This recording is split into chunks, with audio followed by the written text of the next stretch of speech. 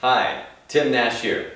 Welcome to part 3 of my 3-part video series to help you communicate with impact to lead your direct reports, team members, and other collaborators to peak performance.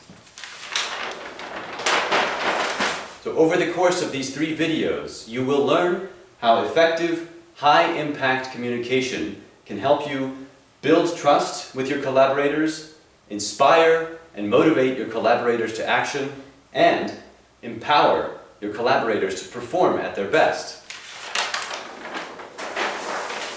And by increasing the trust, motivation, and performance in your team, group, or organization, you will improve team spirit, team effectiveness, and those team results. So the focus of today's video is how to empower your collaborators to perform at their best. So I'm going to show you why you play a major role in their performance and how 2 principles can help you empower them to perform at their best.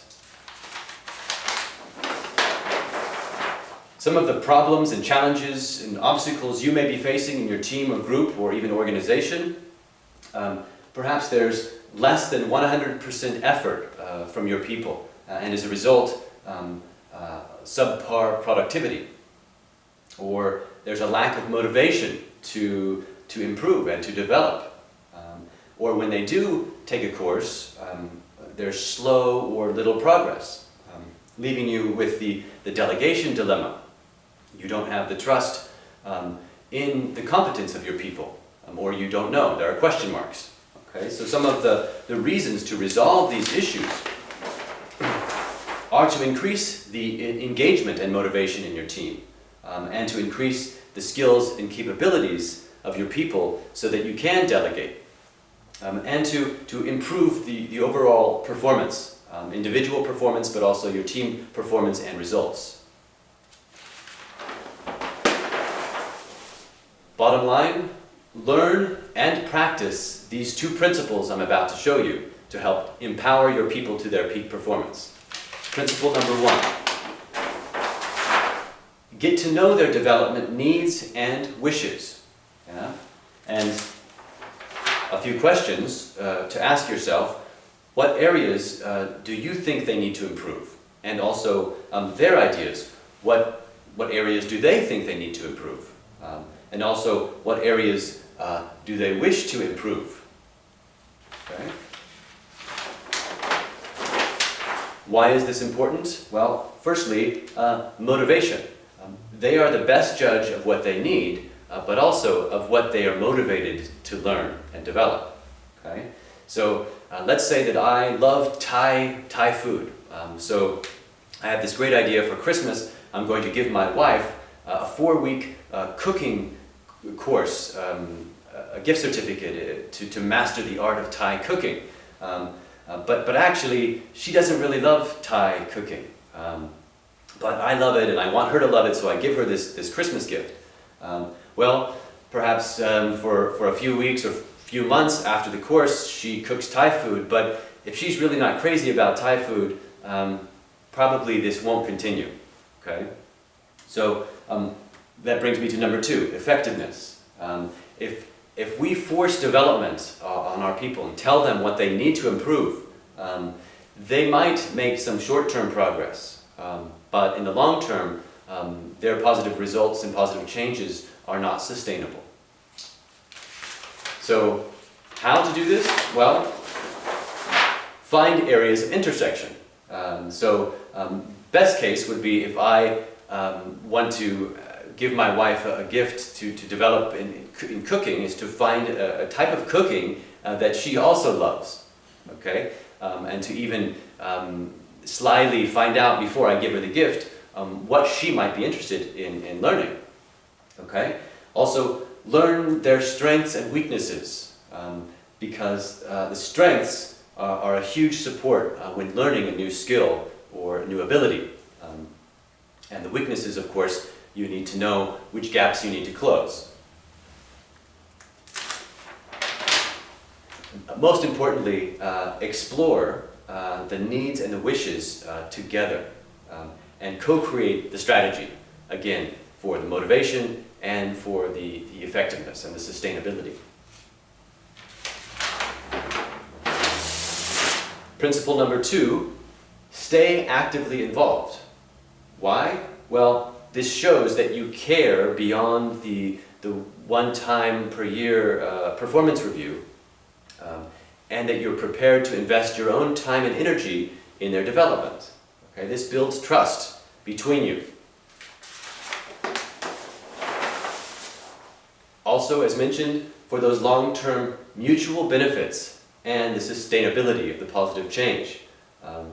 If you stay involved, you will ensure that they stay on track, and when they do come up to roadblocks, you can help them move through those roadblocks.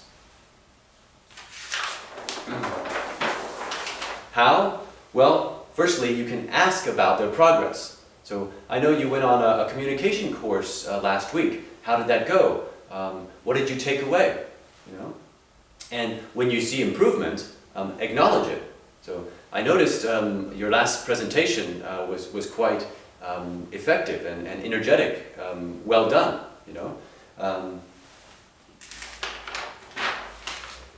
Again, co-create the strategies to further close the gaps. So perhaps someone did improve their communication style, but they still feel uncomfortable presenting in front of large groups.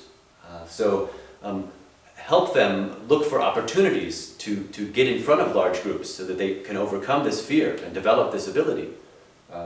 And whenever and wherever possible, offer your help and your support. So, you know, I remember when I was first starting out as a project leader, I had no project management skills. So I took this course and got this certification, and it really helped me develop some structure with my project management skills.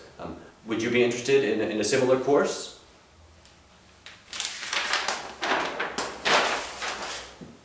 So often as a team lead or even a project lead, there are times when you need to be the coach. And a coach does 3 things very well. Firstly, a coach champions his or her coachee. So again, recognizing the progress and saying, well done, good job. I know that was an important goal to you and you reached that goal. But also a coach challenges his or her coachee. So, you know, I remember you told me you wanted to improve your ability to speak in front of larger groups. But I haven't seen you speak in front of anybody in a long time. So what happened with your goal? Okay. And coach, which means basically to support and enable them to perform at their best. Okay. So the challenge is then for any team lead is to display effective situational leadership. Okay. In what situation do I need to be the manager here? And when do I need to be the coach, the supportive coach? Okay, so depending on the situation, that's the role you need to play.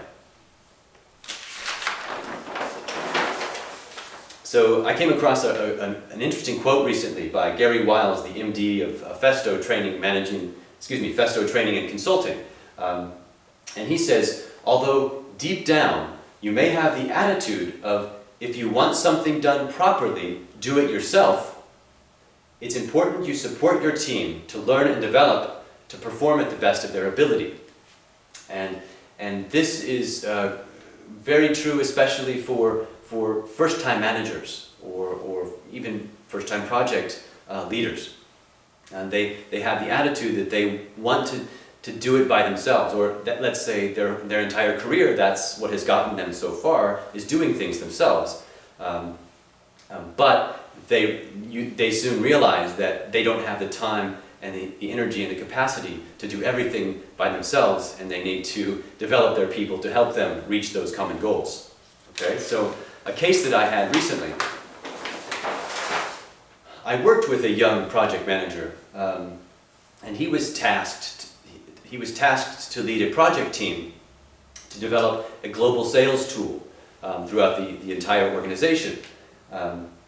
And the situation that was presented to me was they had just rolled out a pilot for this major project, and it was a successful pilot, but it had a few delays, which were very costly and actually could not continue. The delays needed to end.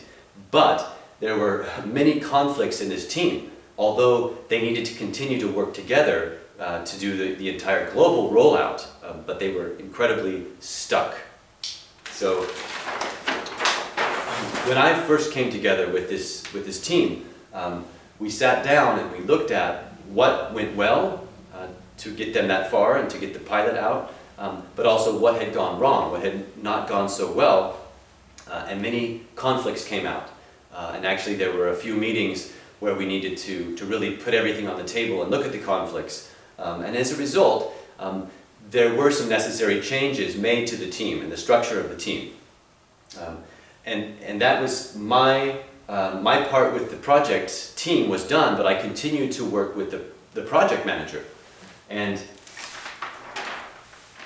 together, we developed a new approach, or he developed a new approach to work with the new team, still to get the global sales tool out, but a few different members, a few of the same members. And some of the things he did with this new approach, he began to co-create ideas and strategies with them, and to include them in some decisions. He also began to meet face-to-face more regularly with some of the people in his area, whereas before he just sent a mail or forgot to contact them at all. And when there were deadlines, he began to check in with them to see if they were on track, but also to see if they needed anything from his side. As a result, he really increased the trust, and he began to delegate, to have the freedom to delegate. And some of the results from this new approach, to use some of his words, was an increased fun factor. He started having a lot more fun with the group, a lot less pressure. Things began to flow. There was increased trust among the team, for him and him for them. Improved communication and collaboration. It was like night and day.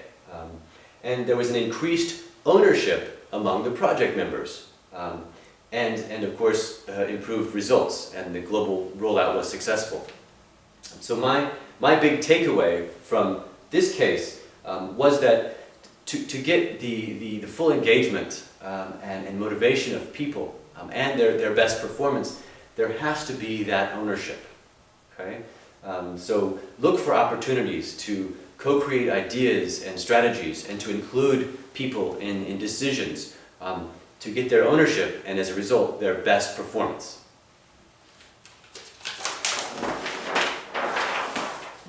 So under this video, I'd like to invite you to get my free PDF, which is a template for co-creating a development strategy with one of your team members or direct reports using the GROW coaching model, which is a very effective model to set goals and also to realize goals. Okay? And more importantly, below this video there's a button. I'd like to invite you to sign up for your free strategy session with me so that I can help you with your specific issue or help you resolve your specific problem. So I look forward to connecting with you personally. Take care. Talk soon. Bye-bye.